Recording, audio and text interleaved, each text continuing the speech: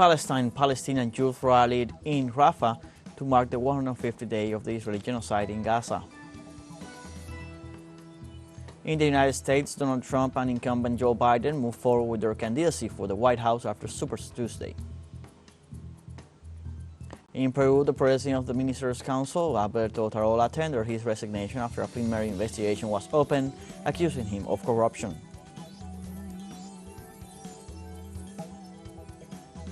Hello, welcome to From the South. I'm Luis Alberto Matos from the TeleSUR studios in Havana, Cuba. We begin with the news.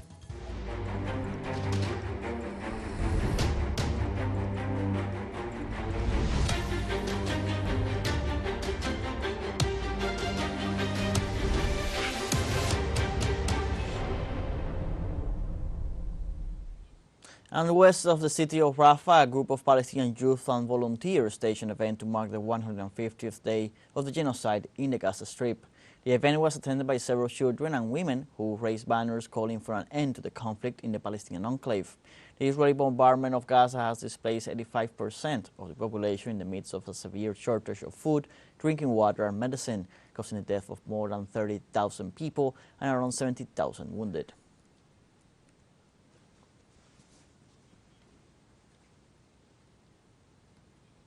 The Israeli genocidal siege of Gaza continues. For the latest updates, our correspondent Noor Harassin. Day 152 of this Israeli offensive on the coastal enclave, and talking about some of the highlights of the Israeli attacks on the coastal enclave. Most of the Israeli tanks shelling was on middle Gaza and also in west Khan Yunis city, specifically Hamad city, and this comes after the Israeli tanks withdrawal from Khan Yunis, where Palestinians thought that they can go back to their homes. However, after they went back to their homes, there were new Israeli attacks on Hamad city and the people inside the city, where dozens were killed and injured. Let us also bring you up to date with the latest numbers from the Palestinian Health Ministry. According to the Palestinian Health Ministry, 86 Palestinians were killed over the past 24 hours, and this brings up the death toll here in Gaza up to 30,717 people, while the number of injuries is now at 72,165. What is happening behind me? And let me just show you what is happening here. This is a small protest of Palestinian children that they are condemning the continuation of the Israeli war on Gaza while we are approaching the holy month of Ramadan. Noor Harazin, TeleSUR, Gaza. Palestinian medical sources reported that the Israeli armed forces killed over 30,700 Palestinians and wounded more than 72,000 since the beginning of their aggression against the Gaza Strip on October 7th. The health authorities of the territory detailed in their most recent report on the subject that thousands of people remain under rubble, so the death toll is much higher. They added that on Tuesday, the military committed 10 massacres in the coastal enclave, causing a total of 97 dead and 123 injured. On the other hand, the Palestinian media confirmed that 7 citizens lost their life and many people were injured in the Jabalia refugee camp.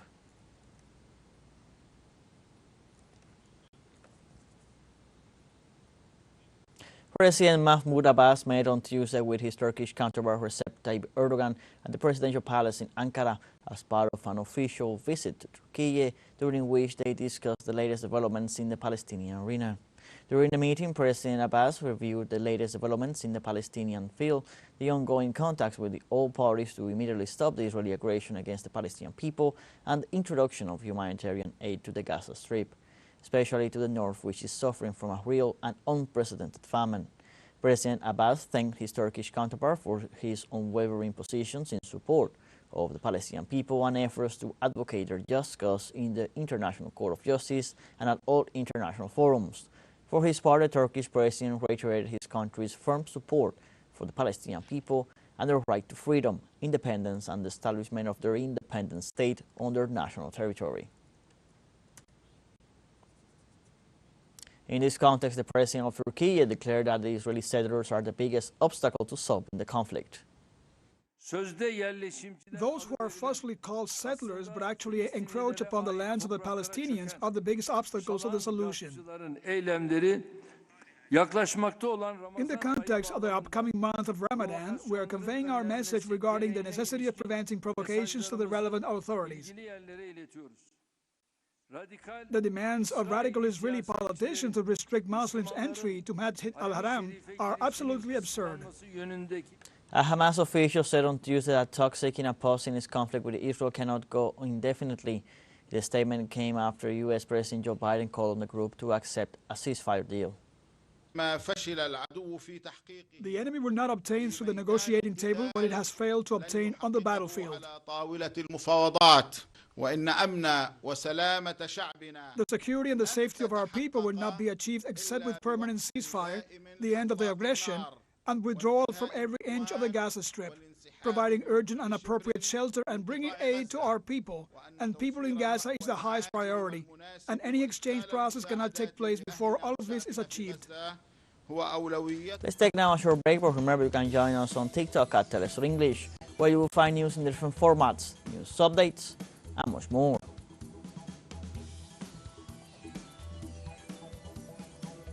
Other stories coming up. Stay with us.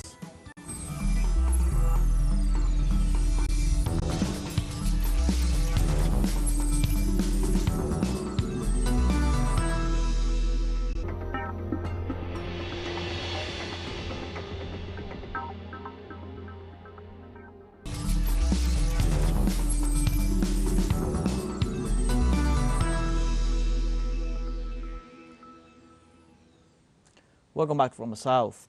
Former U.S. President Donald Trump and incumbent Joe Biden are advancing their candidacy for the White House after Super Tuesday, when more than 15 states participated in primaries to define the Democratic and Republican candidacies. Both Trump and Biden won important delegates in states such as California, Virginia, North Carolina, and Iowa. On the Republican side, Trump prevails with around 1,051 delegates compared to 86 for Nikki Haley, his closest contender, while President Joe Biden accumulates 1,568 delegates, after winning all the Democratic races except for the territory of Samoa.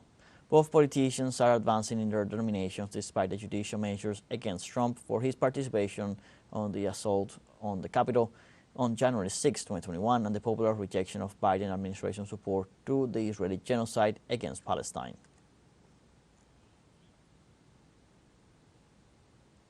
In Peru, Alberto Tarola, president of the Ministers' Council, tendered his resignation after a preliminary investigation was opened accusing him of corruption and wrongful hiring.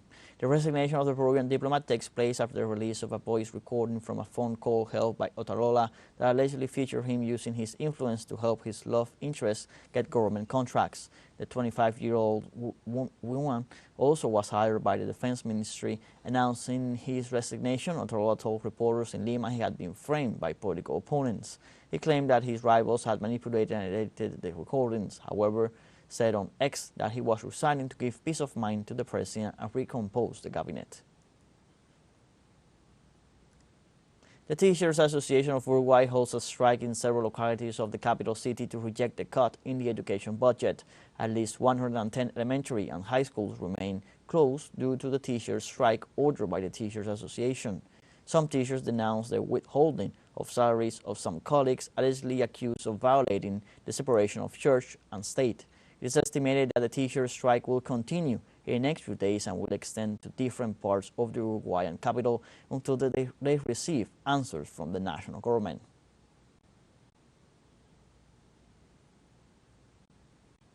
Russia celebrates the 2024 World Youth Festival with the participation of some 20,000 people from at least 180 countries in the city of Sochi, considered the world's largest youth gathering. The festival began this March 1st after an opening speech by Russian President Vladimir Putin, in which he specified that the event received some 300,000 requests for participation from 190 countries. The meeting is scheduled to be held until March 7. Hosts leaders of youth organizations, diplomats, young scientists, journalists, and businessmen.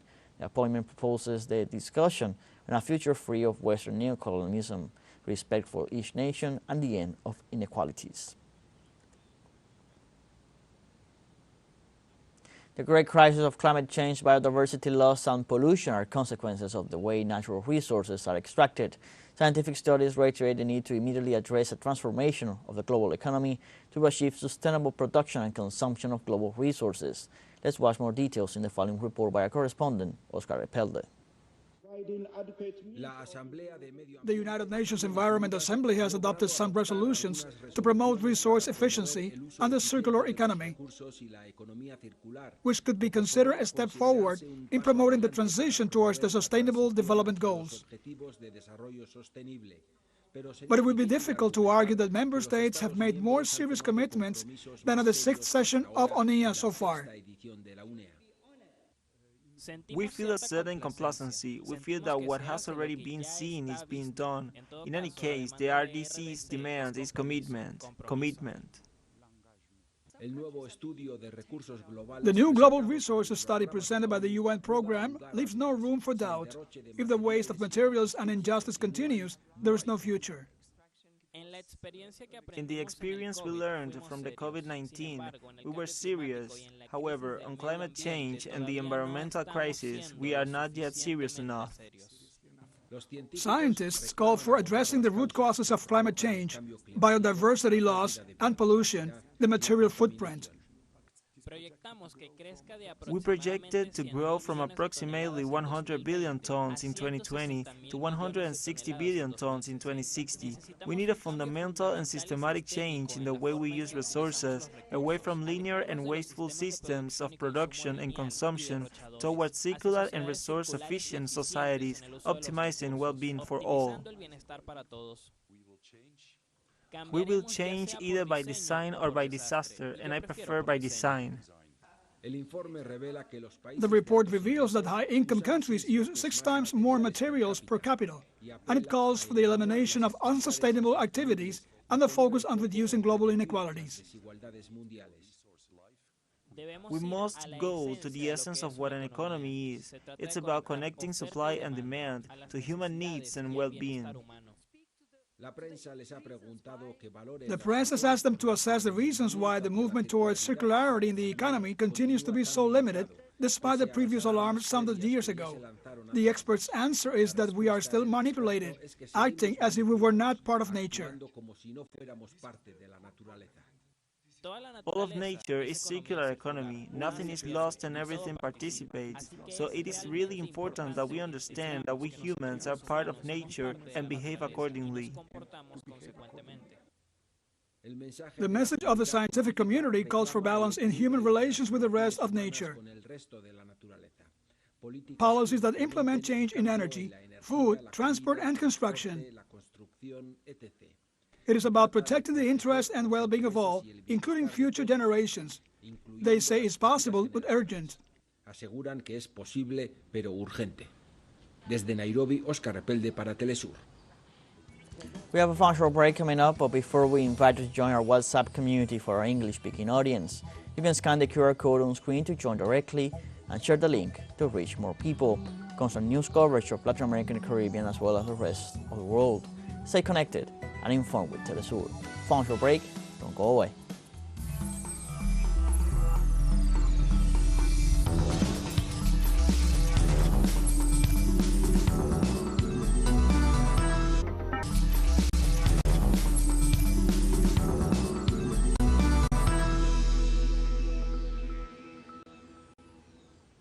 Welcome back from the South. Venezuela's National Electoral Council announced Tuesday that the presidential elections in the Bolivarian nation will be held on July 28, 2024. The announcement was made by the president of the Electoral Authority, Galvis Amoroso, who also said the electoral registration will be from March 18th to April 16th, and that the presentation of candidates will take place from March 21st to March 25th. Amoroso also informed that the electoral campaign will begin on July 4th and will end on the 25th. This National Electoral Council's announcement comes after signed agreements following large-scale consultation throughout the political spectrum of the country. In accordance with these legal faculties, the National Electoral Council evaluated the different proposals and recommendations presentando a la Junta Directiva del Consejo Nacional Electoral and presented to the Board of Directors of the National Electoral Council in a permanent session held today, March the 5th,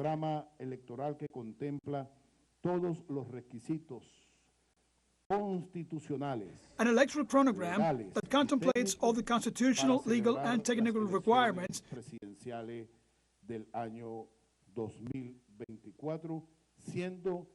to hold the presidential elections of 2024, approving first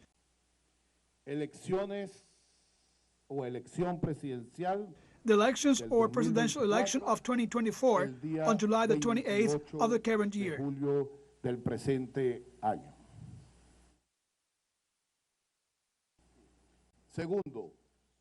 Second, to call for the electoral process today, March the 5th. Third, special day of national and international electoral registration from March the 18th to April the 16th. Electoral nacional e internacional desde el 18 de marzo a el 16 de abril. Fourth, preliminary electoral registration cut off on April the 16th. Fifth, presentation of nominations from March the 21st to 25th. Quinto, presentación de postulación del 21 al 25 de marzo. Sexto, Sixth, selection of the members of the subordinate bodies on March the 20th. Seventh, electoral campaign from July 4th to 25th. Campaña electoral del 4 al 25 de julio.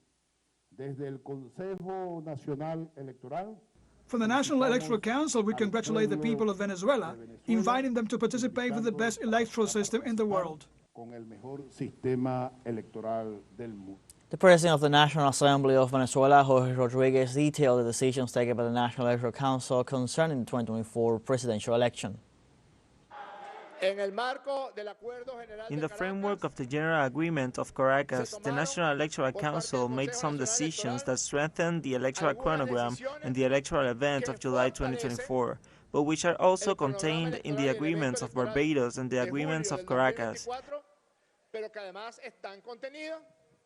En los acuerdos de Barbados y el acuerdo de Caracas. El Consejo Nacional Electoral ha convocado a una jornada especial de actualización del registro electoral con duración desde este próximo 18 The de National marzo Electoral Council has called for a special day for the update of the electoral registry from March 18th to April 16th, 2024.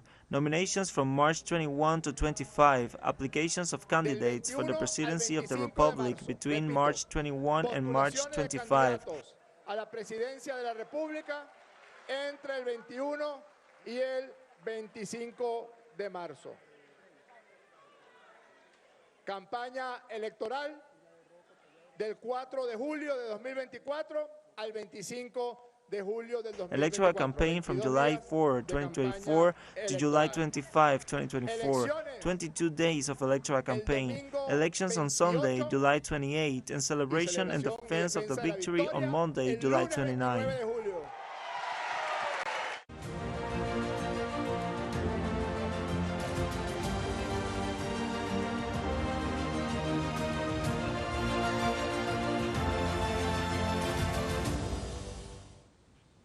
The people of Venezuela pay tribute to the legacy of commander and leader of the Bolivarian Revolution, Hugo Rafael Chávez Fría, on the 11th anniversary of his passing. From early hours, the people of Venezuela pay tribute to Hugo Chávez from different areas of Caracas, the capital of the country. The main event took place at the mountain barracks, where people visited the remains of the commander and remember his legacy.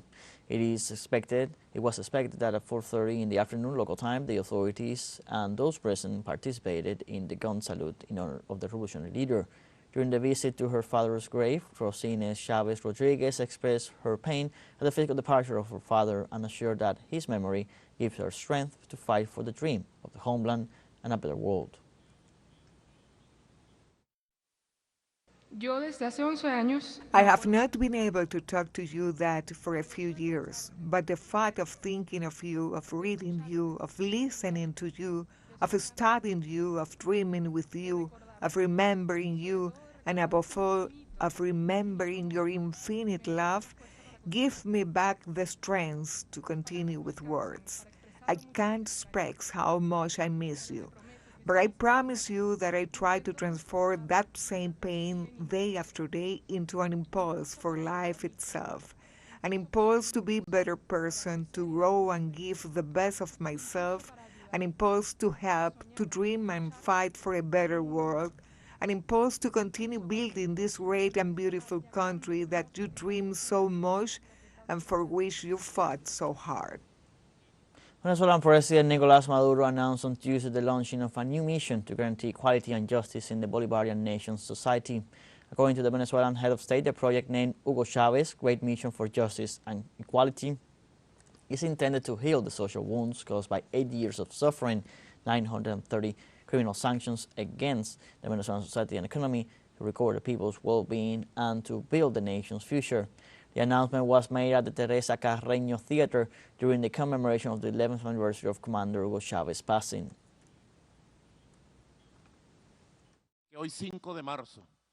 Today, March 5, in honor to the 11th anniversary of our commander Hugo Chávez, is born in the firmament of Venezuela to lovingly protect the people, the great mission of new generation, equality and social justice, the great mission Hugo Chávez, to the countryside, to the streets, to the neighborhoods, to the cities. We have come to the end of this news brief. You can find these and many other stories on our website at telesurenglish.net. Also join us on our social media, Facebook, X, Instagram, Telegram, and TikTok. For TeleSUR English, I'm Luis Alberto Matos. Thank you for watching.